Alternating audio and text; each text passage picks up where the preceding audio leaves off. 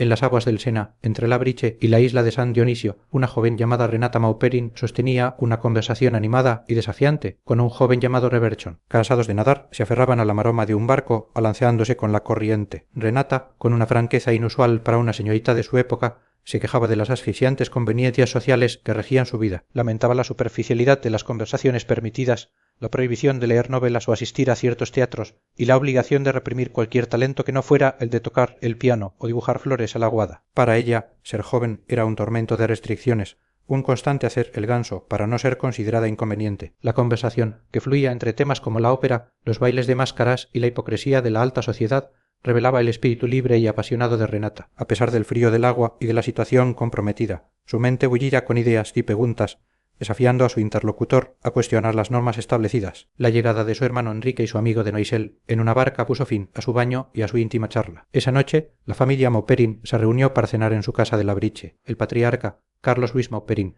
era un hombre de pasado glorioso y presente industrial, antiguo oficial de Napoleón, héroe de guerra condecorado. Se había visto forzado al exilio tras la caída del emperador. A su regreso a Francia, se había casado y retirado a una vida de estudio en su propiedad de Morimont, una antigua abadía en ruinas. La política lo había llamado de nuevo en 1830, pero las presiones de su esposa, una mujer consumida por el orgullo del dinero y la ambición por sus hijos, lo llevaron a abandonar la vida pública para fundar una refinería de azúcar y amasar una fortuna. De sus 3 hijos, Renata era su debilidad. Sus 2 primeros hijos, Enrique y Enriqueta, no le habían inspirado el mismo amor. Elic era un muchacho prudente y razonable, una verdadera señorita, para disgusto de su padre, y Enriqueta, una niña que parecía haber nacido ya mujer, distante y formal. Pero Renata, la hija tardía, había desatado en él una ternura infinita. Para ella eran todas sus caricias, sus juegos y sus sueños. Su esposa, en cambio, veía en la pequeña una amenaza, la división de una herencia que ella había calculado meticulosamente para su primogénito. La cena de esa noche era, en realidad, una trampa cuidadosamente orquestada por la señora Mauperin. El invitado de honor, Reverchon, era un pretendiente para Renata, un joven de buena familia y fortuna. La madre desplegó todos sus encantos, mientras Renata,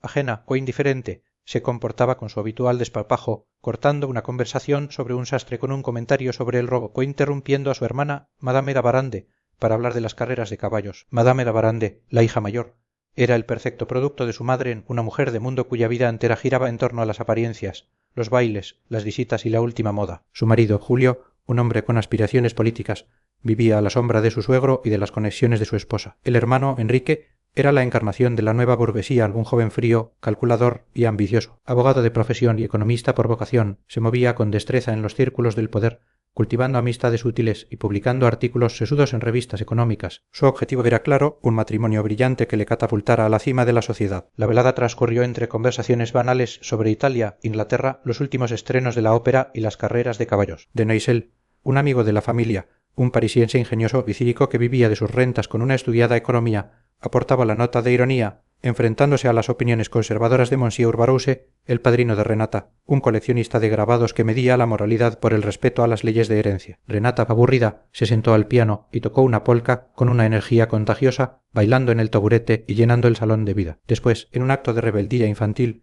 cortó un mechón de pelo de Noisel, para escándalo de su madre y diversión de su padre. La noche terminó con la partida de los invitados de París. En el camino a la estación, Enrique reprendió a de Noisel por haber alentado las inconveniencias de Renata delante de Reverchon, temiendo que el prometedor matrimonio fracasara. De Noisel, en una apasionada defensa de la joven, describió a Reverchon como un maniquí vulgar, incapaz de comprender la naturaleza noble y apasionada de Renata, una melancólica bulliciosa que sería profundamente desgraciada con un hombre así. Esa misma noche, en la alcoba matrimonial, Madame Mauperin reprochó a su marido su indulgencia con Renata y su pasividad ante el futuro de sus hijos, especialmente el de Enrique, que a sus 29 años seguía soltero. La conversación reveló la idolatría casi patológica de la madre por su hijo, su ambición desmedida por casarlo con una gran fortuna y su desprecio por un marido al que consideraba un fracasado por no haber sabido aprovechar su posición política para enriquecerse. A la mañana siguiente, Madame Mauperin, con la excusa de ir a confesarse, se dirigió a París para visitar al sacerdote de moda, Monsieur Blampuis. Este no era un cura cualquiera, sino el confesor y consejero del mundo elegante,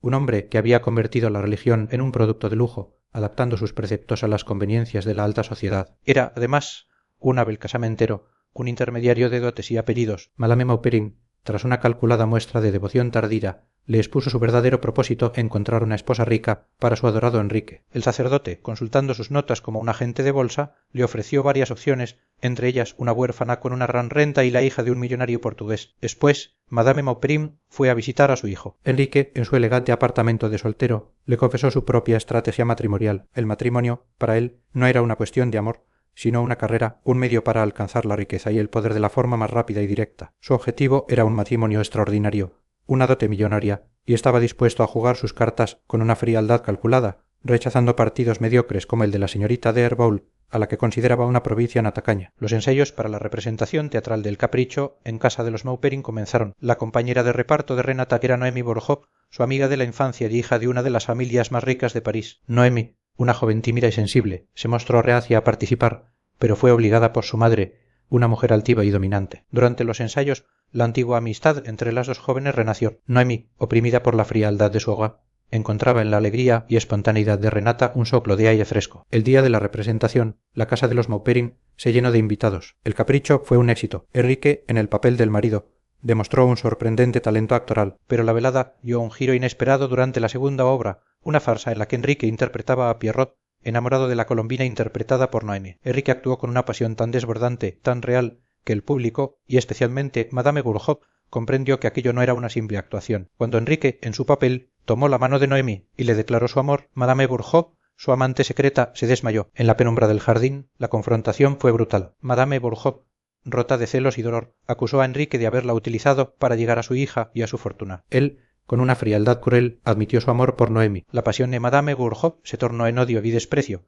pero finalmente, humillada y vencida, accedió a ayudarle. Le explicó que su marido exigiría que Enrique adoptara un título nobiliario. La solución era añadir a su apellido el nombre de una antigua propiedad de la familia Villacourt, un trámite que ella misma se encargaría de facilitar a través de sus influencias. Enrique, que lo había planeado todo, había utilizado la pasión de una mujer madura para sus propios fines. Había provocado deliberadamente los celos de la madre en público para forzar la situación y conseguir su objetivo de un matrimonio millonario. Sin embargo, el pasado de la familia Villacourt no estaba tan extinto como él creía. Un día, en su apartamento, irrumpió un hombre rudo y corpulento. Era Boisjorant de Villacourt, el último descendiente de la noble familia cuyo nombre Enrique había usurpado. Tras una bofetada que le llenó el rostro de sangre, Enrique, manteniendo una calma glacial, aceptó el duelo. Eligió la pistola, convencido de que era la única forma de matar a su adversario y limpiar su honor manchado por la usurpación. El duelo se celebró en los estanques de Villers de Abray, en un paisaje nevado. Enrique, con una precisión mortal, disparó primero e hirió a Villacourt en el vientre, pero el hombre, un cazador curtido, no cayó, se arrastró por la nieve hasta el límite permitido y apuntando con calma disparó. Enrique Maupering cayó muerto, con el rostro hundido en la nieve. La noticia de la muerte de su hijo sumió a la familia en la desolación. Monsieur Maupering,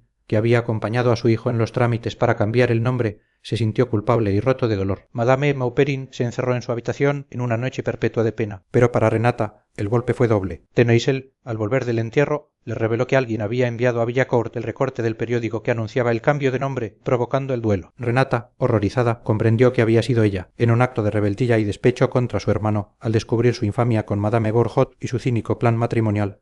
Había enviado anónimamente el periódico, sin prever las consecuencias fatales. Al darse cuenta de que era la asesina de su hermano, se desmayó, cayendo víctima de una violenta crisis nerviosa. La enfermedad de Renata, una afección cardíaca latente agravada por el so y la culpa, marcó el comienzo de un lento y doloroso declive. Se encerró en sí misma, rechazando incluso la compañía de Denoisel, a quien temía haberle revelado su terrible secreto durante su delirio. Sufría de ahogos, palpitaciones y una tristeza profunda que los médicos no lograban curar. Con la esperanza de que el aire de su infancia la reanimara, Monsieur Maupering la llevó a Morimond. Al principio, el regreso a los paisajes de su niñez pareció surtir efecto. Renata recorrió los senderos del bosque, reconoció los rincones de la vieja abadía y revivió los recuerdos felices junto a su padre. Pero la mejoría fue efímera. Un día, mientras cortaba rosas muertas en el jardín, se arrojó a los brazos de su padre llorando, y la enfermedad volvió con más fuerza. Los últimos meses de su vida fueron un calvario de sufrimiento físico y una lucha heroica por mantener la entereza. Se obligaba a levantarse, a vestirse con elegancia,